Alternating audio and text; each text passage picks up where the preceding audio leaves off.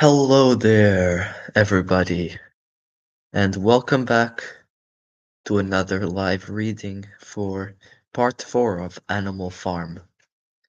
Um, I'll wait a minute here while some people get in, if anybody gets in, because I sent some links.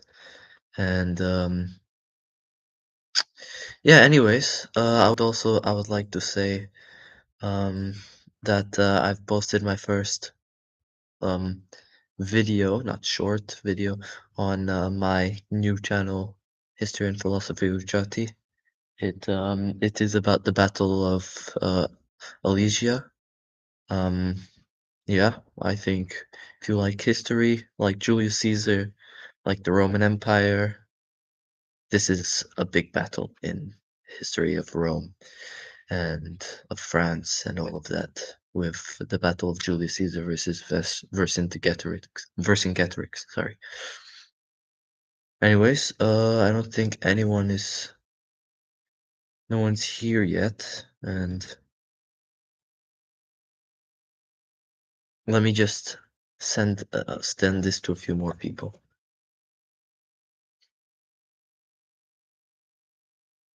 See if anybody else can get in, because so that we're not just here. Let's go to this channel and open this. And I'll send this to another few people, and then we'll get started.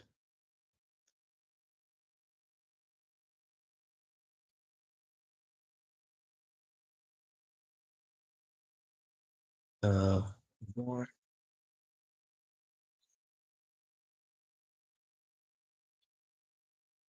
Okay, let's begin, shall we? If you're in the live, if you want to send a message onto the chat. Um, until then, let's begin. Let me just from my mango juice.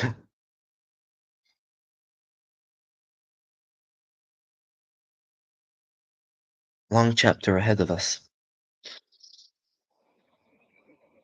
Let's wait till the 3-minute mark. Just in case. Just in case.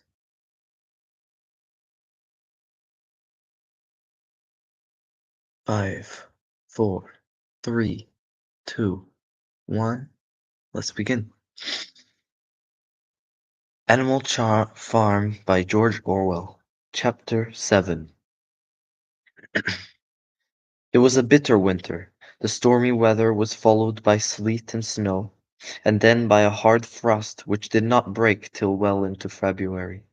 The animals carried on as best they could with the rebuilding of the windmill, well knowing that the outside world was watching them, and that the envious humans would rejoice and triumph if the mill were not finished on time. Out of spite, the human beings pretended not to believe that it was Snowball who had destroyed the windmill.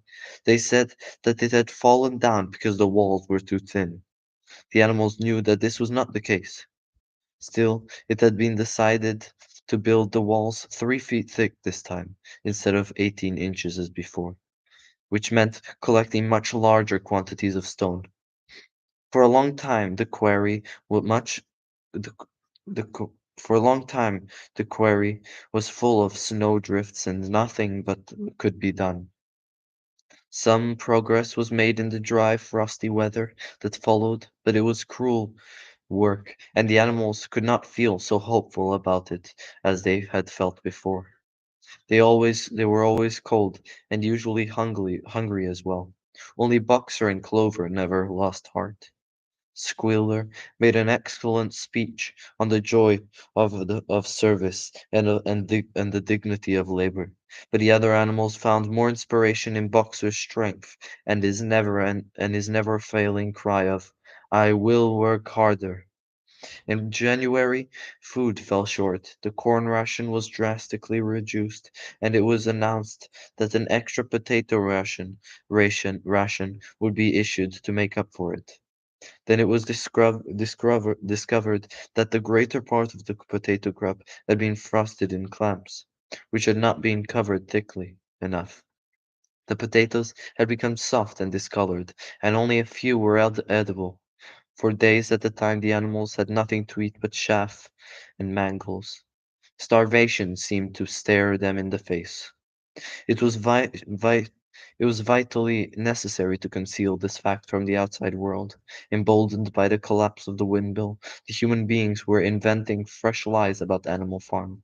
Once again, it was being put about that all the animals were dying of famine and disease, and that they were continually fighting amongst themselves, and had resorted to cannibalism and infanticide. Napoleon was well aware of the bad results that might follow if the real facts of the food situation were known, and he decided to make use of Mr. Whymper to spread a contrary impression. Hitherto, hitherto, the animals had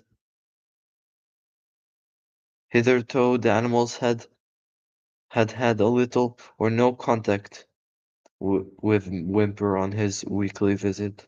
Now, however, a few selected animals, mostly sheep, were instructed to remark casually in his hearing that the rations had been increased. In addition, Napoleon ordered that the almost empty bins in the store shed to be filled nearly to the brim with sand, which was then covered up with what remained of the grain and meal. On some suitable pretext, Whymper was led through the store shed and allowed to catch a glimpse of the bins. He was deceived and continued to report to the outside world that there was no food shortage on Animal Farm. Nevertheless, towards the end of January, it became obvious that it would be necessary to procure some more grain from somewhere. In these days, Napoleon rarely appeared in public, but he spent all his time in the farmhouse, which was guarded at each door by fierce looking dogs. When he did emerge, it was in a ceremonial manner, with an escort of 3 dogs which closely surrounded him and growled if anyone came too near. Frequently he did not even appear on Sunday mornings, but issued his orders through one of the other pigs, usually Squealer. On Sunday morning Squealer announced that the hens who had just come into lay again must surrender their eggs. Napoleon had accepted, through Whymper, a contract for 400 eggs a week. The price of these would pay for enough grain and meal to keep the farm going till summer came on, and conditions were easier. When the hens heard this they raised a terrible outcry. They had been warned earlier that this sacrifice might be necessary, but had not believed that it would really happen. They were just getting their clutches ready for the spring sitting, and they protested that the take of the eggs away that the that to take the eggs away now was murder. For the first time since the expulsion of Jones, there was something resembling a rebellion. Led by 3 young black Minorca pullets, the hens had a determined effort to thwart Napoleon's wishes. Their method was to fly up the rafters and there lay their eggs, with smashed with which smashed to pieces on the floor. Napoleon, which Napoleon acted swiftly and ruthlessly. He ordered the hens' rations to be stopped, and decreed that any animal giving so much as a grain of corn to a hen should be punished by death. The dogs saw to it The dogs saw to it that that these orders were carried out. For 5 days the hens held out, then they capitulated and went back to their nesting boxes. 9 hens had died in the meantime. Their bodies were buried in the orchard, and it was given out that they had died of co- coccidiosis. Whymper heard nothing of this affair, and the eggs were duly delivered. A, a, a grocer's duly delivered. A grocer's van driving up the farm once a week to take them away. All this, all this while no more had been seen of Snowball. He was rumored to be hiding on one of the neighboring farms, either Foxwood or Pinchfield. Napoleon was by this time on a slightly better terms with the other farmers but slightly better terms with the other farmers than before.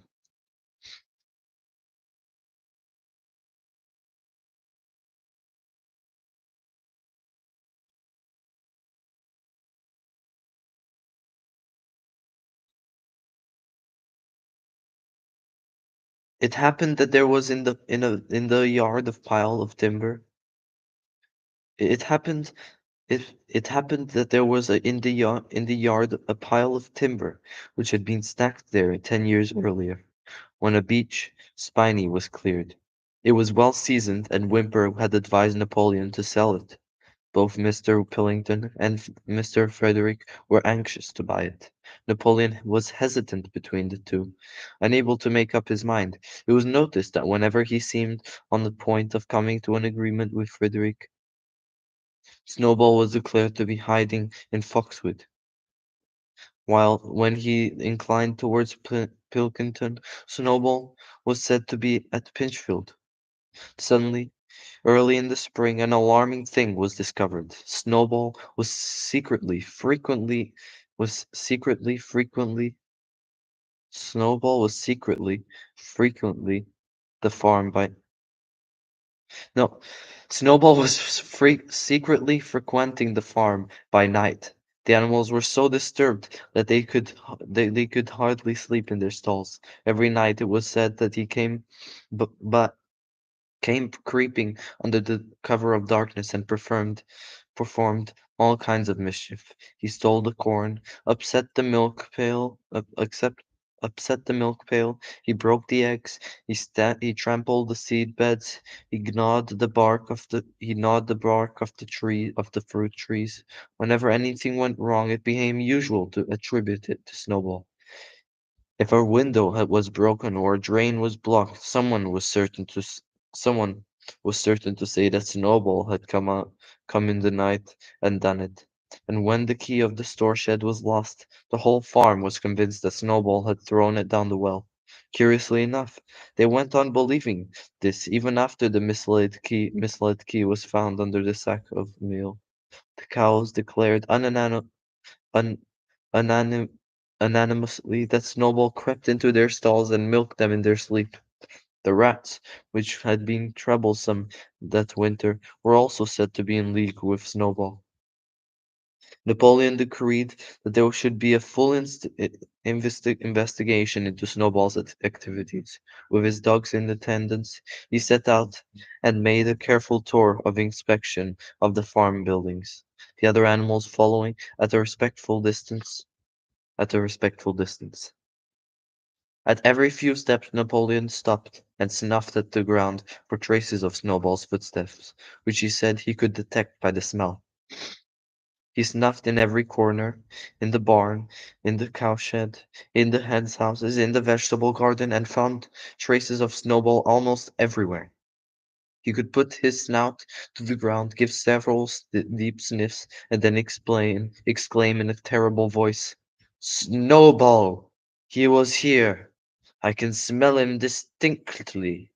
And the word and at the word "Snowball" all the dogs let out a blood-curdling growls and showed their side teeth.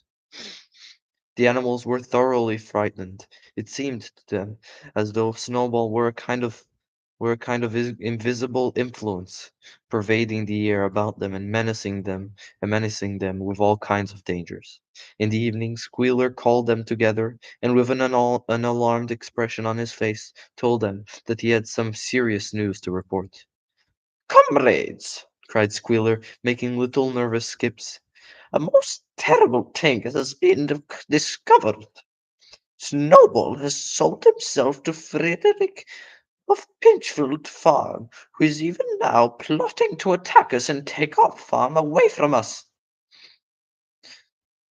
Snowball is to act as his guide when the attack begins, but there is worse than that.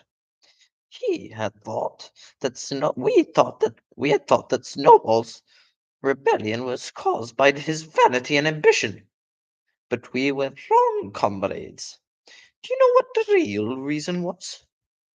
Snowball was in league with Jones from the very start. He was Jones' secret agent all along. It was it has all been proven by documents which he left behind him and which have been only just discovered. To my mind, this explains a great deal, comrades. Did we not see for ourselves he attempted to, fortunately without success, to get us defeated and destroyed at the Battle of Cowshed? The animals stupefied. The animals were stupefied. This was wickedness far outgoing Snowball's destruction of the windmill. But it was some minutes before they could fully take it in. They all remembered, or thought they remembered, how they had seen Snowball charging ahead of them at the Battle of Cowshed, how he rallied and encouraged them at every turn, and how he had not paused for an instant even when the pellets from Jones's gun had wounded his back. At first it was a little difficult to see how this fitted in with being with his being on Jones's side. Even Boxer, who seldom asked questions, was puzzled. He lay down, tucked his forehoofs beneath him, shut his eyes, and with a hard effort managed to formulate his thoughts. I do not believe that, he said. Snowball fought bravely at the Battle of Cowshed. I saw him myself. Did we not give him Animal Hero First Class immediately afterwards?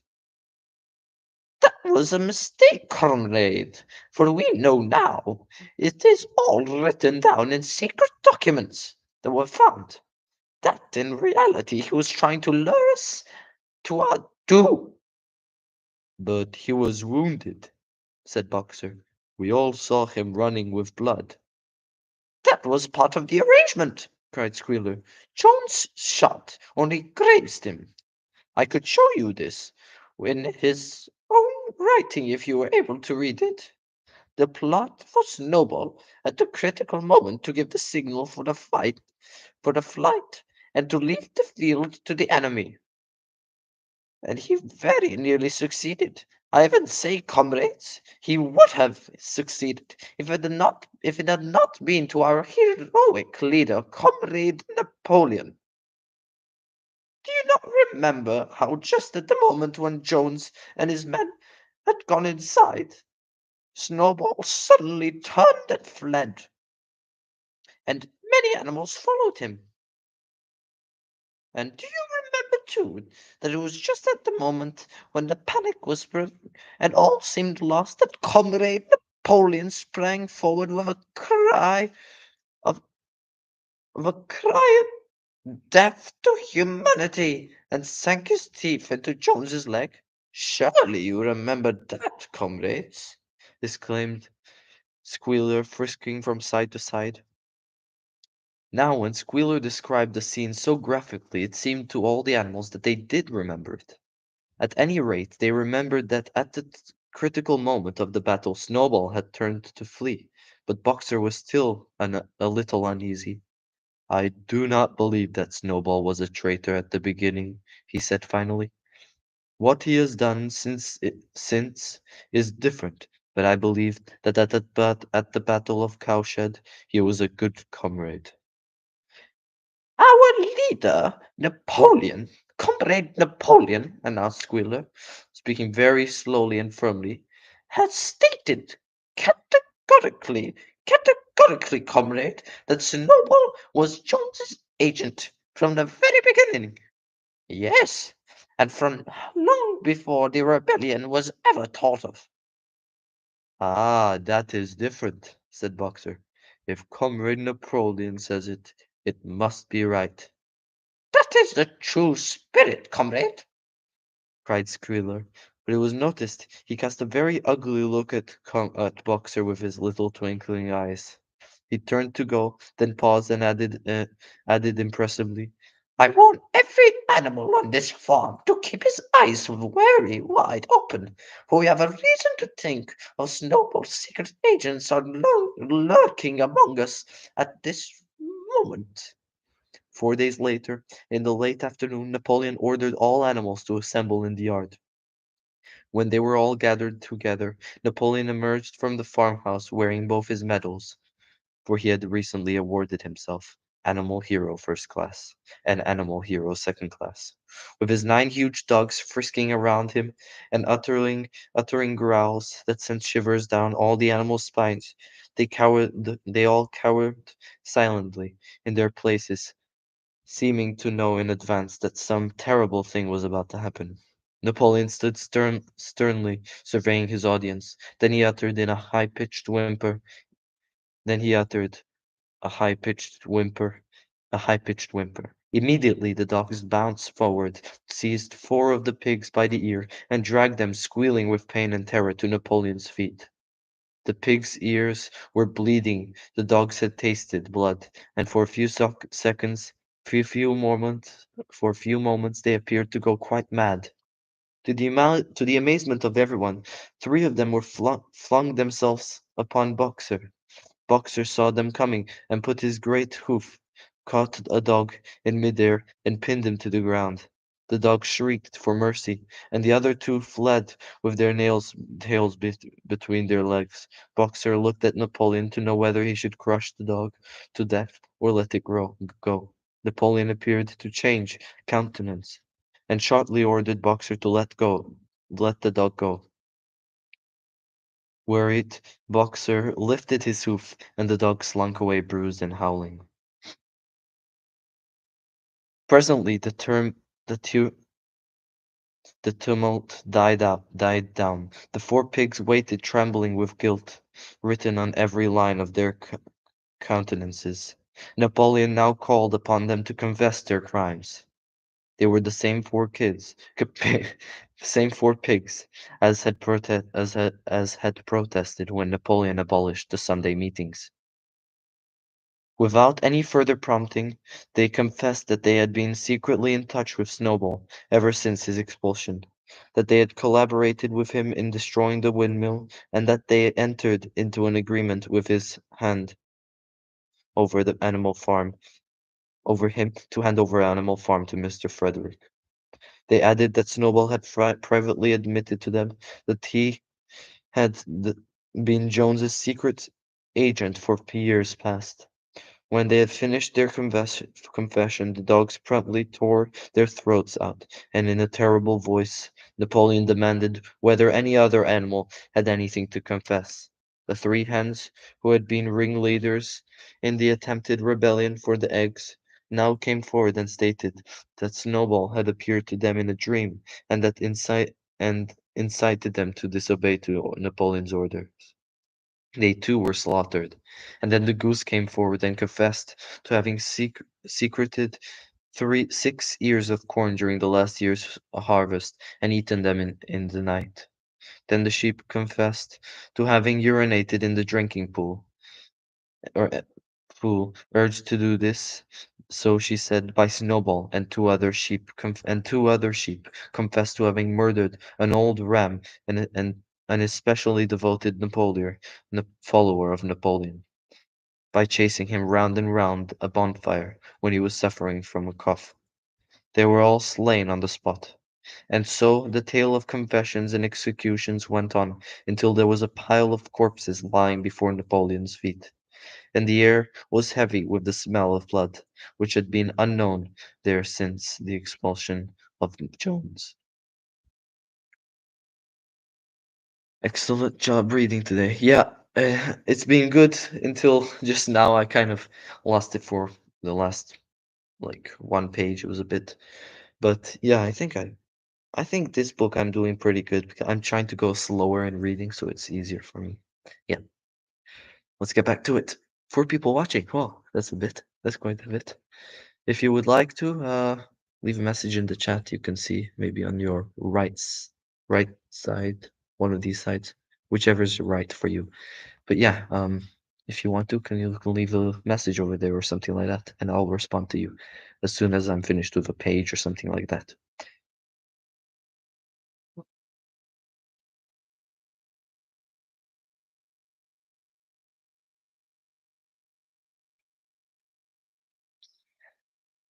Let's get back to it. When it was all over, the remaining animals, except for the pigs and dogs, crept away in the body. They were shaken and miserable. They did not know. Sorry, let me. When it was all over, the remaining animals, except for the pigs and dogs, crept away in a body. They were shaken and miserable. They did not know which was the shocking, the treachery of the animals who had leagued themselves with Snowball, or the cruel retribution which they had just witnessed. In the old days, there had often been scenes of bloodshed equally terrible, but it seemed to all of them that it was far worse now that it was happening among themselves. Since Jones had left the farm until today, no animal had killed another animal. Not even a rat had been killed. They had made their way onto the little knoll where the half-finished windmill stood, and with one accord they all lay down, as though huddling themselves together for warmth. Clover, Muriel, Benjamin, the cows, the sheep, and a whole flock of geese and hens, everyone, indeed, except the cat, who had suddenly disappeared just before Napoleon ordered the animals to assemble. For some time nobody spoke. Only Boxer remained on his feet. He fidgeted to and fro, swishing his long black tail against his sides, occasionally uttering a little whinny of surprise. Finally he said, "I do not understand. I would not have believed that such things could happen on our farm. It must be due to some fault in ourselves. The solution, I see it, is to work harder. From now on onwards, from now onwards, I shall get up a full hour earlier in the mornings." And he moved off at his lumbering trot and made for the quarry. Having got there, he collected two successful loads of stone and dragged them down to the hill before retiring for the night. The animals huddled about Clover, not speaking. The knoll where they were lying gave them a wide prospect across the countryside. Most of the animal farm was within their view, the long pasture stretching down to the main road, the hayfield, the spinney, the drinking pool, the ploughed fields where the young wheat was thick and green, and the red roofs of the farm buildings were curling from the chimneys with the smoke curling from the chimneys. It was clear spring evening. The grass and the bursting hedges were gilded by level rays of sun. Never had the farm, and with a kind never had the farm, and with a kind of surprise they all remembered that it was their own farm. Every inch of it their own appeared property appeared to the animals so desirable a place. As Clover looked down the hillside, her eyes filled with tears. If she could have spoken her thoughts, it would have been to say that it was not what they had aimed at when they had set themselves years ago to work for the overthrow of human race. These scenes of terror and slaughter were not what they had looked for looked forward to on the night when old Major had first stirred them to rebellion. If she herself had any picture of the future, it had been of a society of animals set free from hunger and the whip, but all equal, each working according to his capacity, the strong protecting the weak, as she had protected the lost brood of ducklings with her foreleg on the night of Major's speech.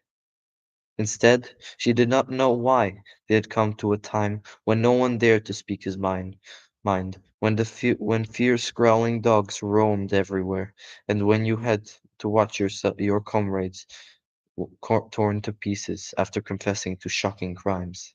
There was no thought of the rebellion or disobedience in their mind. She knew that even things were were she knew that even as things were, they were far better off than they had been in the days of Jones, and that before all else, it was needful to prevent the returning prevent the returning of the human beings. Whatever happened, she would remain faithful, work hard, carry out orders that were given to her, and accept the leadership of Napoleon. But still, it was not for this that she and all the other animals had hoped and toiled. It was not for this that they had built the windmill and faced the bullets of Jones's gun. Such were her thoughts, though she lacked the words to express them. At the last feeling this to be in some way at last feeling this to be in some way a substitute for the words she was unable to find, she began to sing Beasts of England. The other animals sitting around her took it up, and they sang it 3 times over, very tunefully, but slowly and mournfully, in a way they had never sung it before. They had just finished the song for the third time when Squealer, attended by 2 dogs, approached them with the air of having something important to say. He announced that by special decree of Comrade Napoleon, Beasts of England had been abolished. From now onwards, it was forbidden to sing it. The animals were taken aback. Why? Cried Muriel. It is no longer needed. It is no longer needed, comrade, s- said Squealer stiffly. Peace of England was the song of the rebellion. But the rebellion is now completed. The execution of the traitors this afternoon was the final act. The enemy, both externally and internally, has been defeated.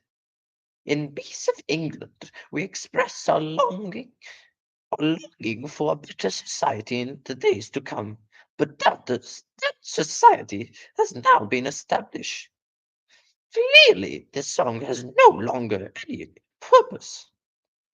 Frightened though they were, some of the animals might possibly have protests, but at this moment the sheep set up their usual bleating of 4 legs good, 2 legs bad, which went on for several minutes and put an end to the discussion. So Beasts of England was heard no more. In its place, Minimus the poet had composed another song which began, Animal farm, never through shall thou come to harm. And this was sung every Sunday morning after the hoisting of the flag. But somehow neither the words nor the tune ever seemed to the animals to come up to Beasts of England.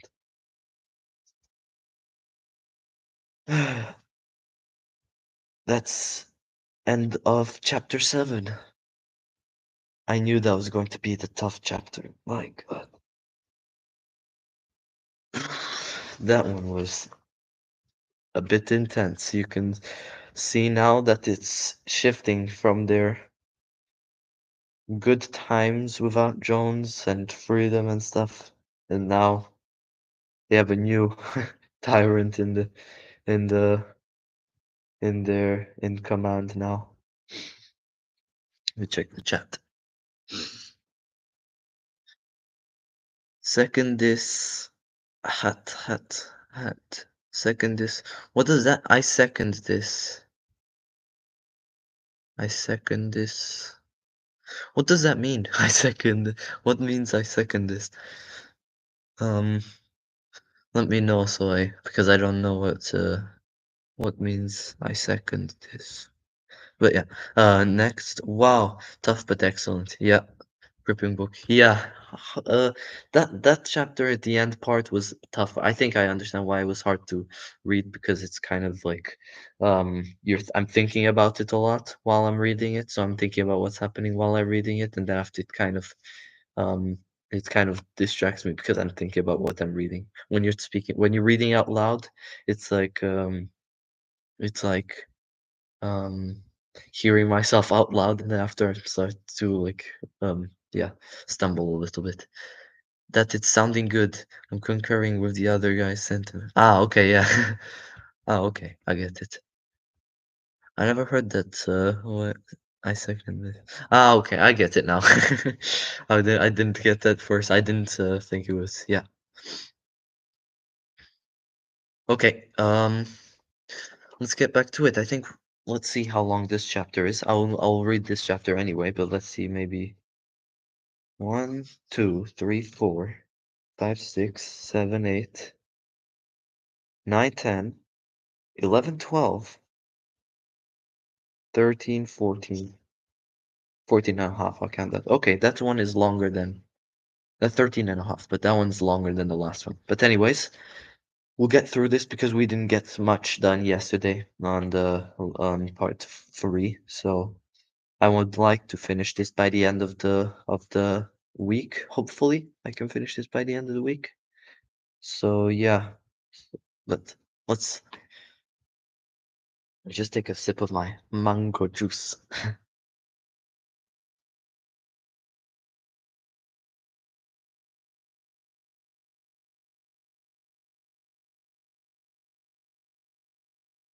Okay.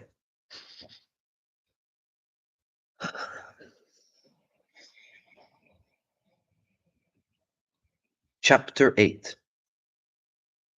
A few days later, when the terror caused by the executions had died down, some of the animals remembered, or thought they remembered, that the sixth commandment decree.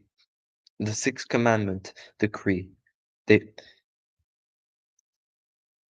some of the animals remembered, or thought they remembered, that the sixth commandment decree, no animals shall kill any other animal, had remembered, the and thought no one cared. Oh my God. I don't understand. This isn't written right, listener. I'll just read it how it is, but it doesn't sound very right. Some of the animals remembered, or thought they remembered, that the sixth commandment decree, no animal shall kill any other animal. And though no one cared to mention it in the hearing of the pigs or the dogs, it was felt that the killings which had place did not square with this. Clover asked Benjamin to read her the sixth commandment, and when Benjamin has, as usual, said that he refused to meddle in such matters, she fetched Muriel. Muriel read the commandment for her. It ran, "No animal shall kill any other animal without cause." Somehow or other, the last two words had slipped out of the animal's memory. But they saw now that the commandment had not been violated, for clearly there was a good reason for killing the traitors who had leagued themselves with Snowball. Throughout the year, the animals worked even harder than they had worked in the previous year to rebuild the windmill, with walls twice as thick as before, and to finish it by the appointed date, together with the regular work of the farm, was a tremendous labor. There were times when it seemed to the animals that they worked longer hours and fed no better than they had done in Jones's day.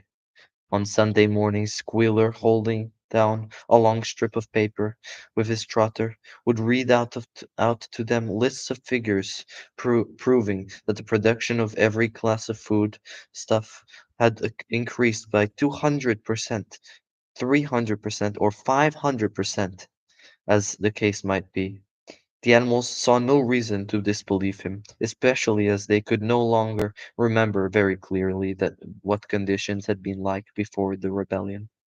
All the same, there were days when they felt that they would sooner have had less figures and more food. All orders were now issued through Squealer, or one of the other pigs. Napoleon himself was not seen in public often as once in a fortnight. Was not seen in public as often as once in a fortnight. When he did appear, he was attended not only by his retinue of dogs, but by a black cockerel who marched in the front of him and acted as a kind of trumpeter, letting out a loud cock-a-doodle-doo before Napoleon spoke. Even in the farmhouse, it was said, Napoleon inhabited separate apartments for the others. He took his meals alone with the two dogs to wait upon him, and always ate from the Crown Derby dinner service, which had been in the in the glass cupboard in the drawing room. It was also announced that the gun would be fired every year on Napoleon's birthday as well as on the other two anniversaries. Napoleon was now never spoken of as simply Napoleon. He was referred to in a formal style as our leader, Comrade Napoleon, and the pigs liked to invent for him such titles as Father of all animals, Terror of mankind, Protector of the sheepfold, Ducklings, Sheepfold, Ducklings, Duckling's friend, sorry, and the like. In his speeches, Squealer would talk with the tears rolling down in his cheeks of Napoleon's wisdom, the goodness of his heart, and the deep love he bore to all the animals everywhere, even and especially the unhappy animals who still lived in ignorance and slavery on other farms. It had become usual to give Napoleon the credit for every successful achievement and every stroke of good fortune. You would often hear on the one hen remark to another, under the guidance of our leader, Comrade Napoleon, I have laid 5 eggs in 6 days. Or two cows enjoying a drink at the pool would exclaim, thanks to our leadership of Comrade Napoleon, how excellent this water tastes. The general feeling on the farm was well expressed in a poem entitled Comrade Napoleon, which was composed by Minimus, and which ran as the following. Friend of the fatherless, fountain of happiness, Lord of all swill bucket, how my soul is on fire when I gaze at thy calm on the commanding eye, like the sun in the sky, comrade Napoleon, thou art the giver of all that thy creatures love. Full belly twice a day, clean straw to roll upon. Every beat, great or small, sleeps at peace in his stall. Thou watchest over all, comrade Napoleon. Had I, had I a a sucking pig, ere he had grown as big, even at, it's not sound right, even as a pint bottle or as a rolling pin, he should have learned to be faithful and true to thee. Yes, his first squeak should be, comrade Napoleon. Just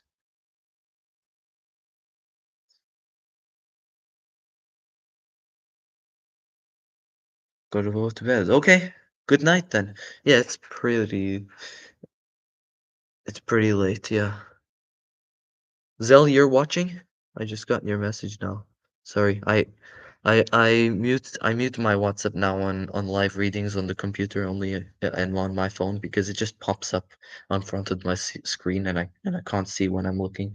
I have to close the thing. So yeah, but I see you wrote down that you're watching. So hope you're enjoying. Let's get back to it. Napoleon approved of this poem and caused it to be inscribed on the wall of the big barn at the opposite end of the Seven Commandments. It was surmounted by a portrait of Napoleon in profile, executed by Squealer in white paint. Meanwhile, the through the agency of Whymper and Napoleon was engaged in complicated negotiations with Frederick and Pilkington. The pile of timber of the pile of timber which was still unsold. Of the two, Frederick was the more anxious to get a hold of it, but he would not offer a reasonable price.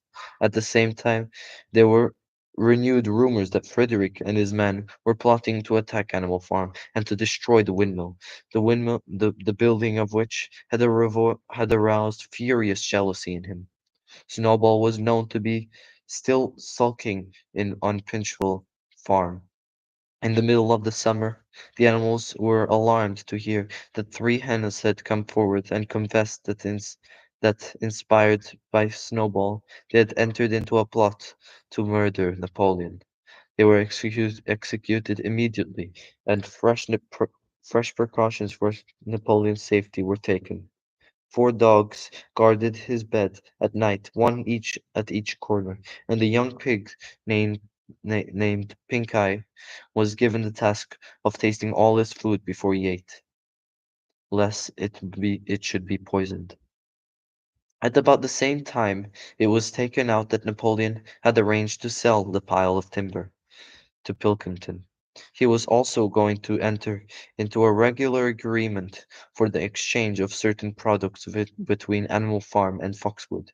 The relations between Napoleon and Pilkington, though they were only conducted through Whymper, were now almost friendly.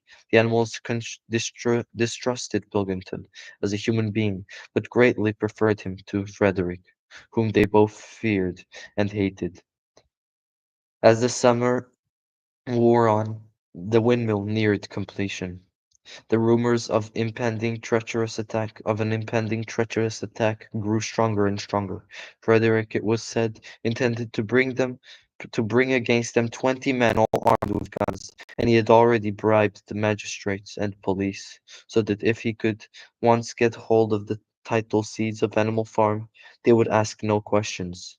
Moreover, terrible stories were leaking out of Pinchfold about the cruelties that Frederick practiced upon his animals. He had flogged an old horse to death. He starved his cows. He had killed a dog by throwing it into the furnace. He amused himself in the evenings by cooking ducks by making cocks fight with splinters of a razing blade tied to their spurs. The animals' blood boiled with rage when they heard these things being done to their comrades, and sometimes they clamored to be allowed to go out in a body and attack Pitchville Farm, drive out the humans, and set the animals free. But Squealer was to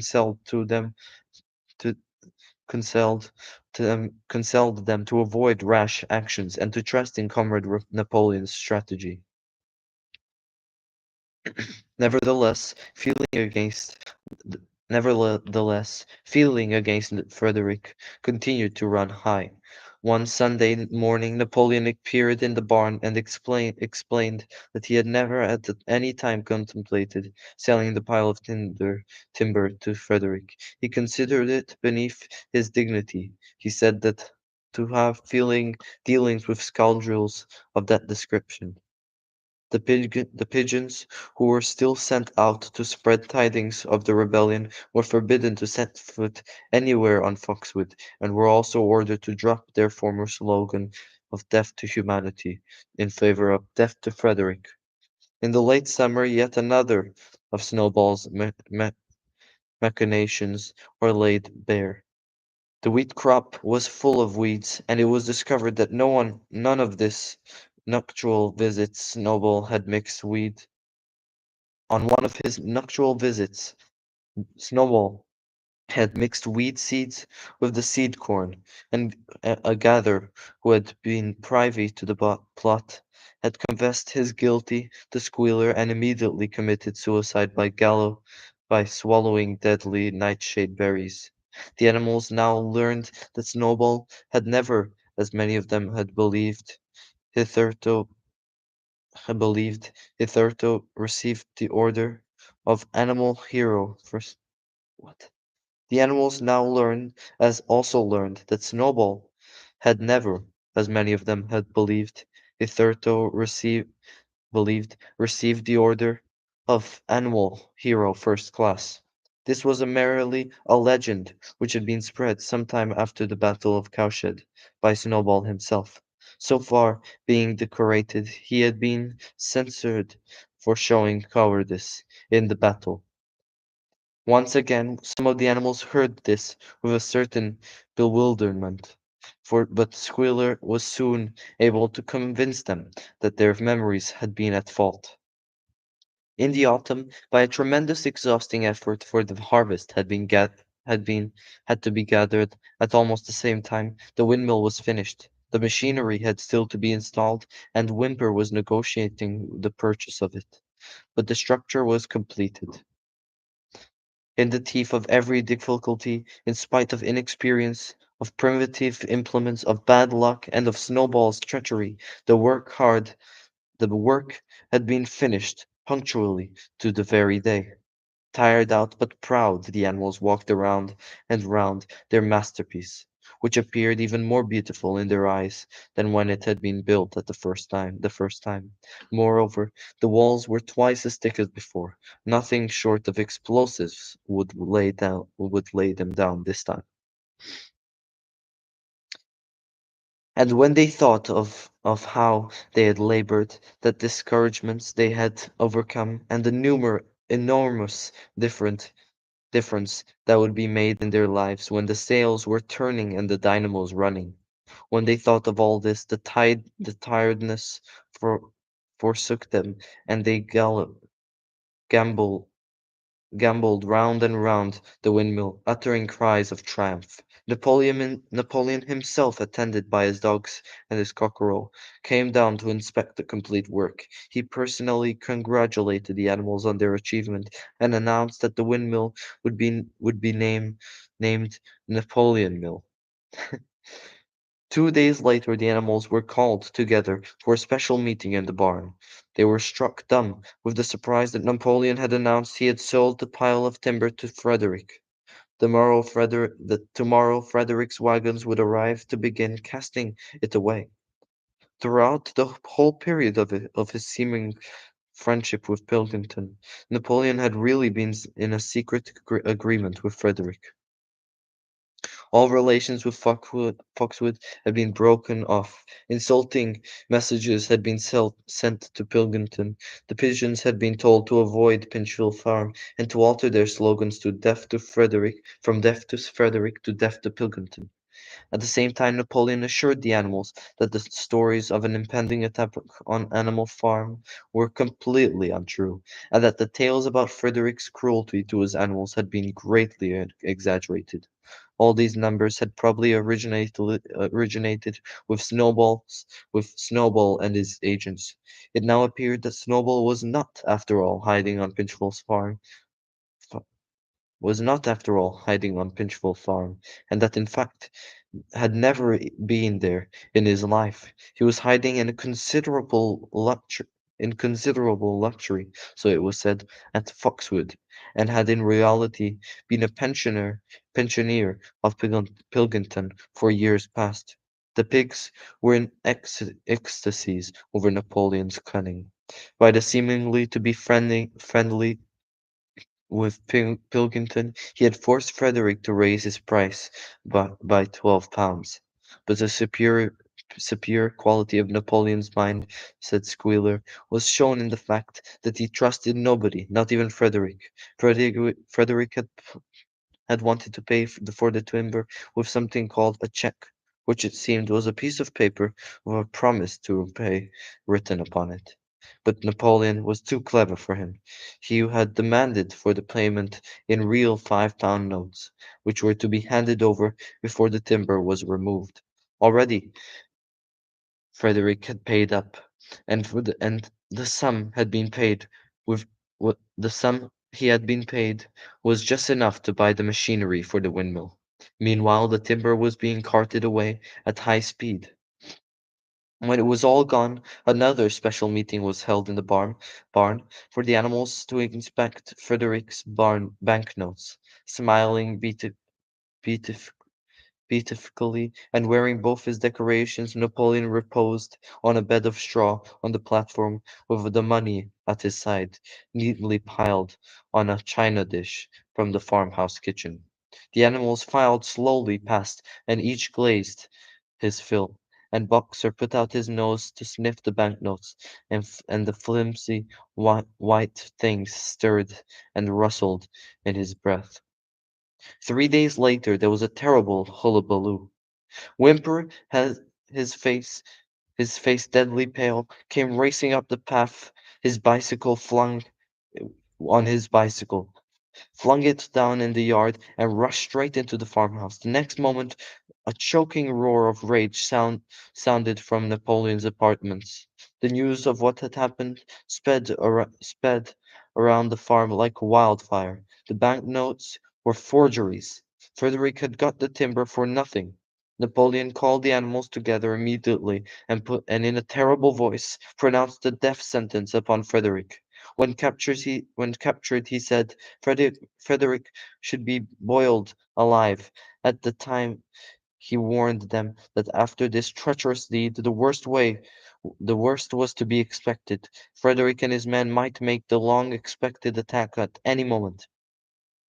Sent- Sentinels were placed at all approaches at all the approaches to the farm. In addition, 4 pigeons were sent to Foxwood with with a consolatory message, which it was hoped might re-establish good relations with Pilkington. The very next morning the attack came. The animals were at breakfast when the lookouts came racing in with the news that Frederick and his followers had already come through the 5-barred gate. Boldly enough, the animals sallied forth to meet them. With the time they did not,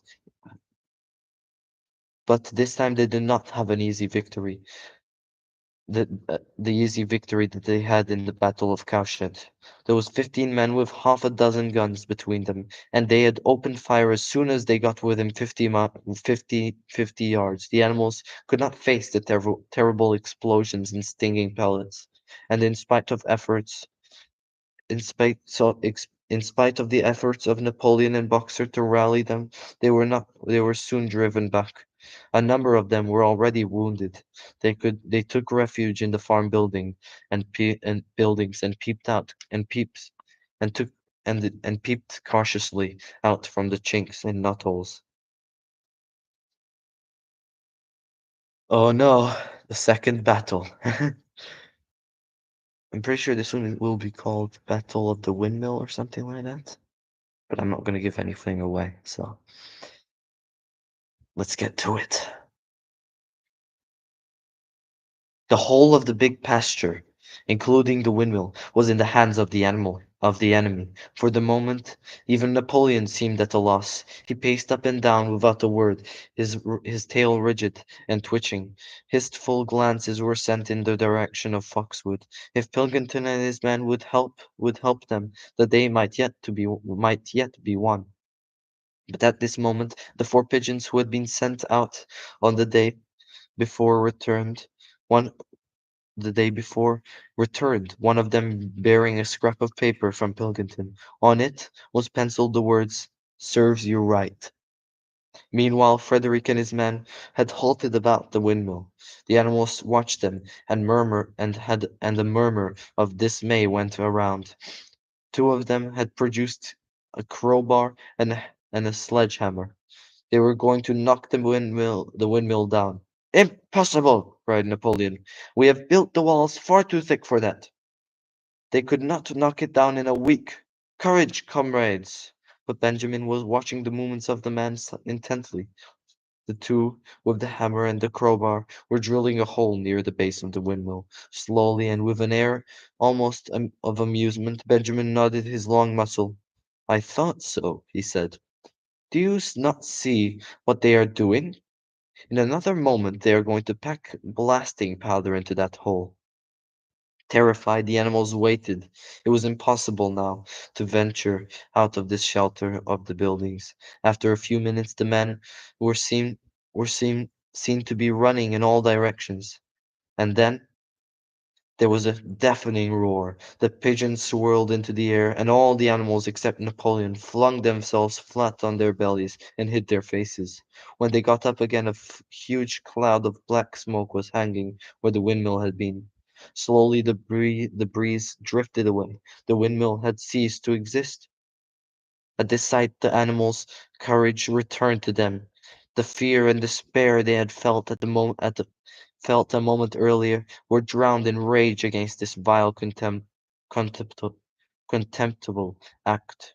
A mighty cry for vengeance went up, and without waiting for further orders, they charged forth in a body and made straight for the enemy. This time they did not heed cruel pellets that swept over them like hail. It was a bitter battle. The men fired again and again, and when the animals got close to the quarters, lashed out with their sticks and heavy boots.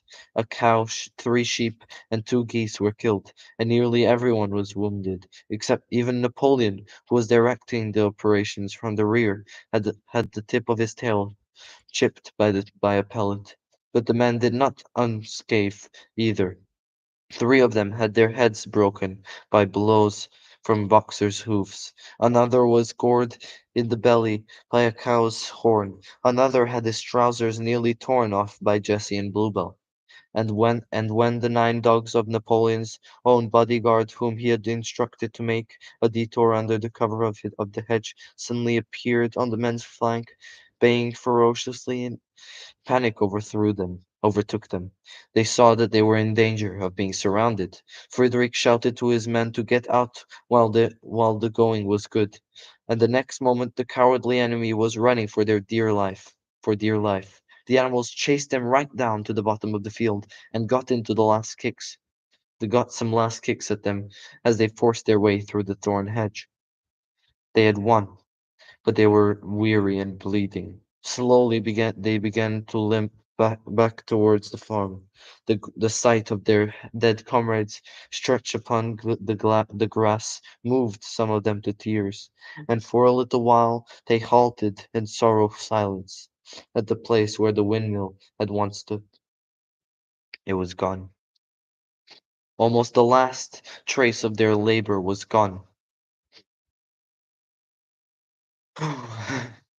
Even the foundations were partially destroyed, and in rebuilding it could not this time, as before, make use of the fallen stones.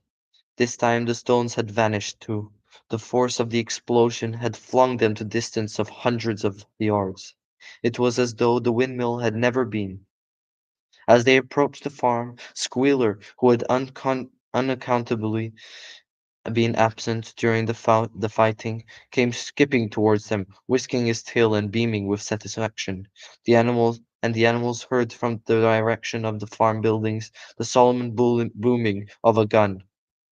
What is the gun firing for? To celebrate our victory! What victory? Said Boxer.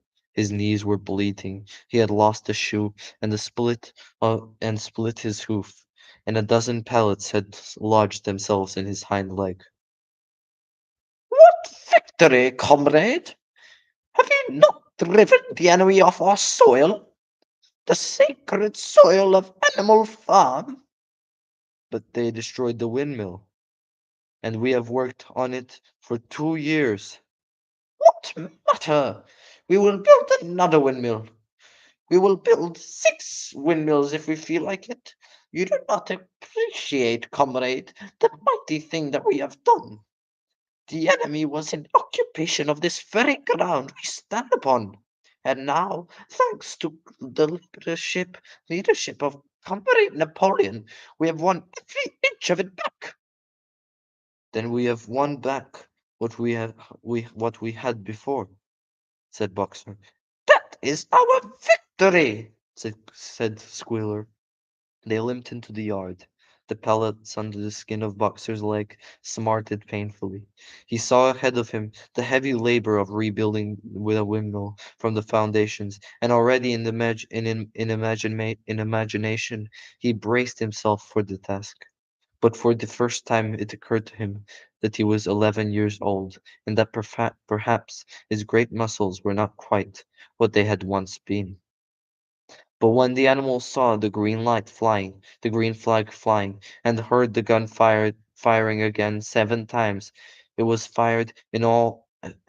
7 times it was fired in all, and heard the speech of Napoleon that Napoleon made congratulating them on their conduct. It seemed to them, after all, that they had won a great victory. The animals slain in the battle were given a solemn funeral.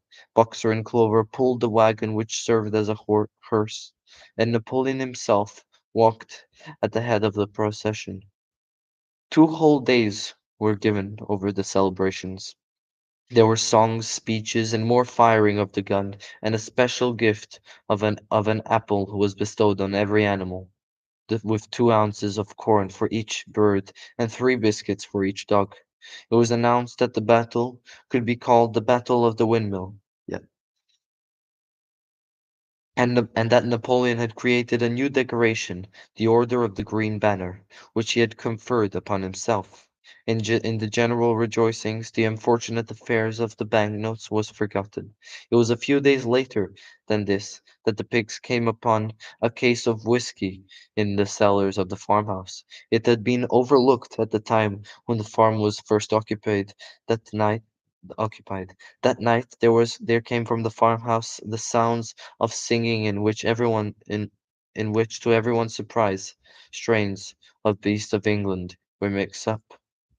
At about half past nine, Napoleon, wearing a old bowler hat of Mr. Jones, was distinctly seen to emerge from the back door, galloped rapidly around the yard and disappeared indoors again. But in the morning a deep silence hung over the farmhouse. Not a appeared to be stirring.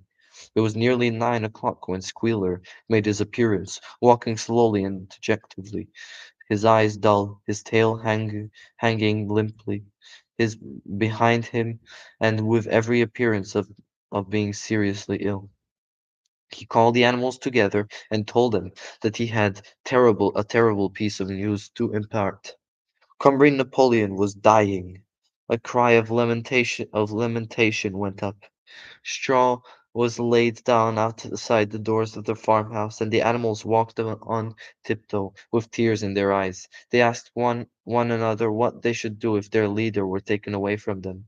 A rumor went around that Snowball had, after all, contrived to introduce poison into Napoleon's food. At 11 o'clock, Squealer came out to make another announcement. As his last act upon earth, Comrade Napoleon was pronounced a solemn decree. The drinking of alcohol was to be punished by death. By the evening, however, Napoleon appeared to be somewhat better, and the following morning Squealer was able to tell them he was well on the way to recovery. By the evening of the day Napoleon was back to work, and on the next day it was learned that he instructed Whymper to purchase in Wellington some booklets on brewing and distil and distilling. A week later Napoleon gave orders that the small paddock beyond the orchard, which it had previously been intended to set aside as a grazing ground for the animals who were past work, was to be plowed up. It was given out that the pasture was exhausted and needed reseeding, but it soon became now known that Napoleon intended to sow it with barley. About this time there occurred a strange incident which hardly anyone was able to understand. One night, at about 12 o'clock, there was a loud crash in the yard, and the animals rushed out of their stalls. It was a moonlit night at the foot of the end wall of the big barn where the 7 commandments were written. There lay a ladder broken in 2 pieces. Squealer, temporarily stunned, was sprawling beside it.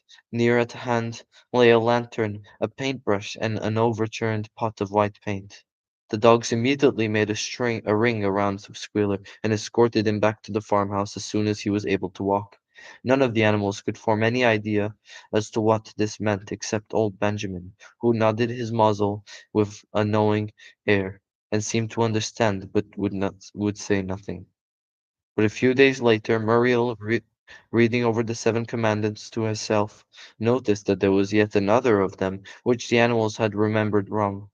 They thought that the 5th commandment was, "No animal shall drink alcohol." But there were 2 words that they had forgotten. Actually, the commandment said, "No animals shall be alcohol to excess."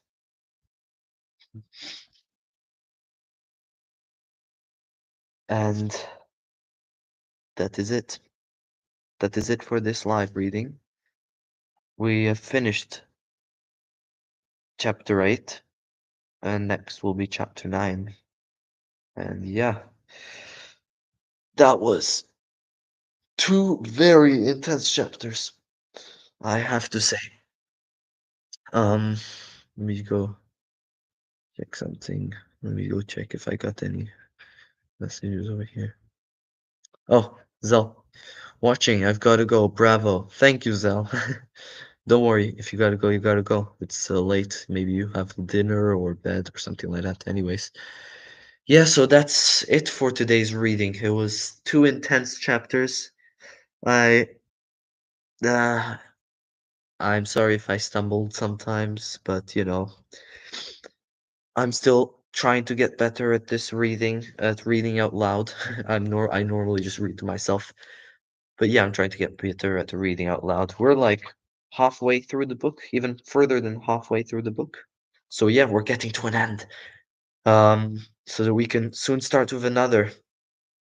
So we I hope that I will get my book, The Republic by Plato soon, because I want to read it on this channel.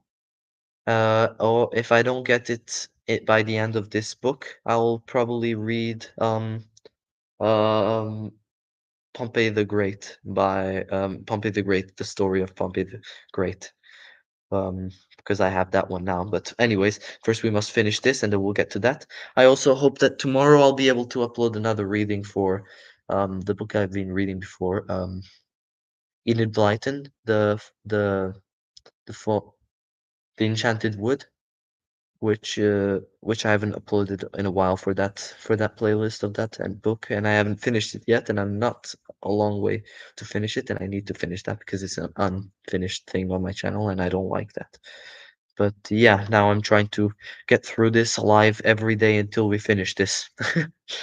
But yeah, I hope you liked the reading. Yeah. Well, let me just check the chat. It never appears over here. Let me put live chat. Yeah. There we go. It was good. We are still here. Yeah, today was full. It was like it was like four people, then it went down to three, then back up to four, then to two, then to four. It was like four was an average amount that there seemed to be a nice choice of books. Thanks. Yeah. I think I'm good with books in my opinion because everybody thinks they're good with books because it's the books that they like. Uh, but if someone else thinks of it, then I must have a good book choice of books. But yeah, anyways, in the next 2 days, I think we'll be able to finish with this if I can get one of these days an early way through. Um, yeah, I also uploaded another video for my other channel, History and Philosophy, a short video on the Battle of Alicia with Julius Caesar and Vercingetorix. Um, yeah, if you would like to go check that out. But yeah, I see someone else just joined now. If there's people who just joined now, please be my guest. Go back, listen to it all over again. And if you haven't seen the past readings I've done, go from the beginning, part one, where I started this book. And then, yeah, I have the playlist and everything, so you can just go in a row and just relax there if you really want to. But yeah, if my voice is too kiddish, I'm also going to, because I'm still a kid, so well, I would understand if lots of people don't want to listen because it doesn't sound deep enough. But there is also another channel called Book Club, which I normally listen books from. It's on YouTube, and there is the Animal Farm if you'd like to listen over there. I'll put maybe I'll put after the link in the description to that. So yeah, let's end this here because I need to go to sleep, and yeah, I need to wake up tomorrow for school. Anyways, hope you enjoyed the reading and have a good night or morning wherever you are in the world.